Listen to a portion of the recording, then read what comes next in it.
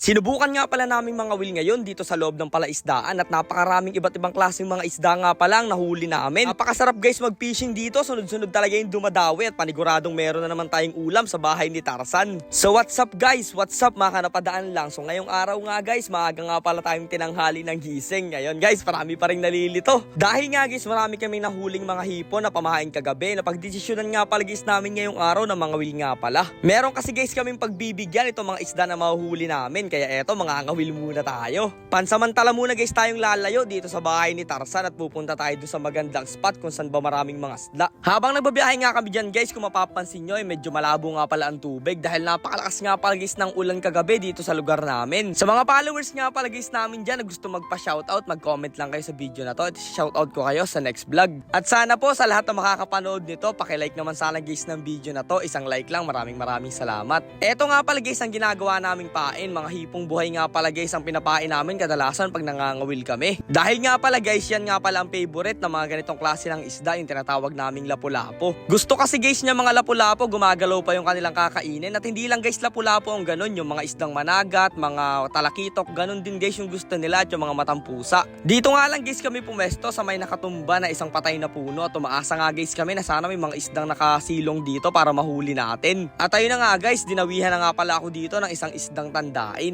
Lampas isang oras na nga guys kami dito sa spot na to pero aanim na isda pa lang na maliliit yung nahuli namin. Ang isang malaki lang guys ay yung lapu-lapu. Dahil nga guys siguro sa napakalakas na ulan kagabi ay malabo din yung tubig, hindi napapansin guys ng mga isda yung pamain natin. Kaya sinabi ko na lang guys sa mga kaibigan ko na doon na lang kami mga will sa palaisdaan namin para sigurado guys may mahuli kami at may maibigay kaming isda. Guys, bale ilang piraso pala yung huli nating isda? Balong? Mga 6? 7? 7 piraso pa lang guys yung nahuli naming isda sa spot na to. Mukhang mahirapan tayo makahuli ngayong araw guys kasi medyo malabo yung tubig. Umulan kasi na malakas kagabi. Sobrang labo. Eh meron pa naman guys kaming pagbibigyan nito na followers namin na may request sa amin ng mga isda. So bali doon na lang kami mga ngawil guys sa solid naman sa palaisdaan namin. At ayun nga guys na nangyari, wala na nga pala kami ditong sinayang na panahon at agad na kaming bumalik dito sa may bahay ni Tarzan dahil malapit lang naman guys dito yung palaisdaan natin. Dito nga guys namin susubukan mga will sa loob ng palaisdaan dahil medyo matumal guys ang dawi sa labas sa napakalabo na tubig. Pagkarating nga guys namin dito ay agad namin hinagis dito yung mga kawil na gamit namin at pinainan rin guys namin ng hipon. Nakakahiya naman guys sa pagbibigyan natin, nangako pa naman tayo na meron tayong bibigay tapos ayun wala lang tayong mahuhuli. By the way, ganun talaga guys ang buhay ng mga isda. Hindi ka talaga sigurado guys at laging sa palaran talaga kung mangangawil ka. Minsan marami kang mahuhuli, minsan naman nung wala. Ganyan talaga ang buhay guys ng dagat. Ang buhay kasi guys ng pangisda ay parang araw-araw ay sugal. Talagang kailangan mong gumastos guys kung minsan ng gasolina.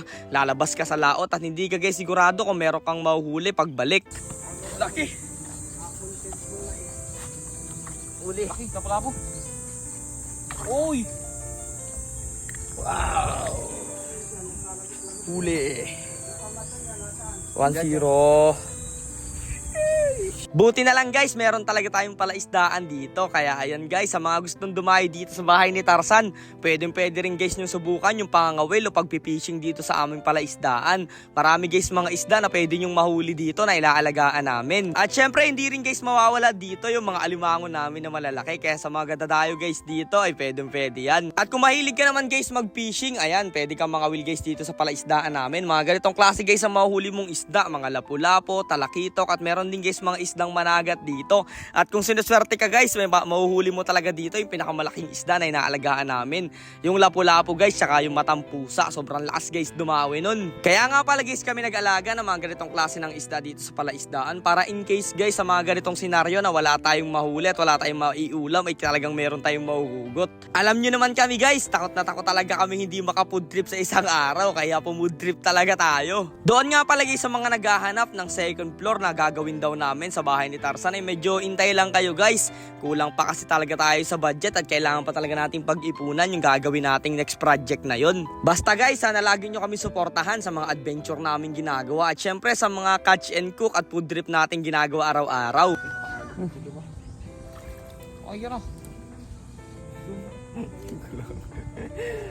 Full na naman.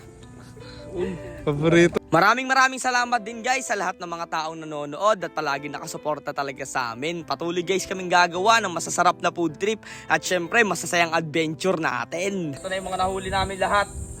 Sama-sama na to, yung nahuli natin kanina doon sa labas ng palaisdaan, tapos dito sa loob. Ayan, mga talakitok guys, oh. Mga lapu-lapu, ayan, oh. Tinik ako. Lakas. Solid, oh. Ayos. May pagdala kami niyan guys.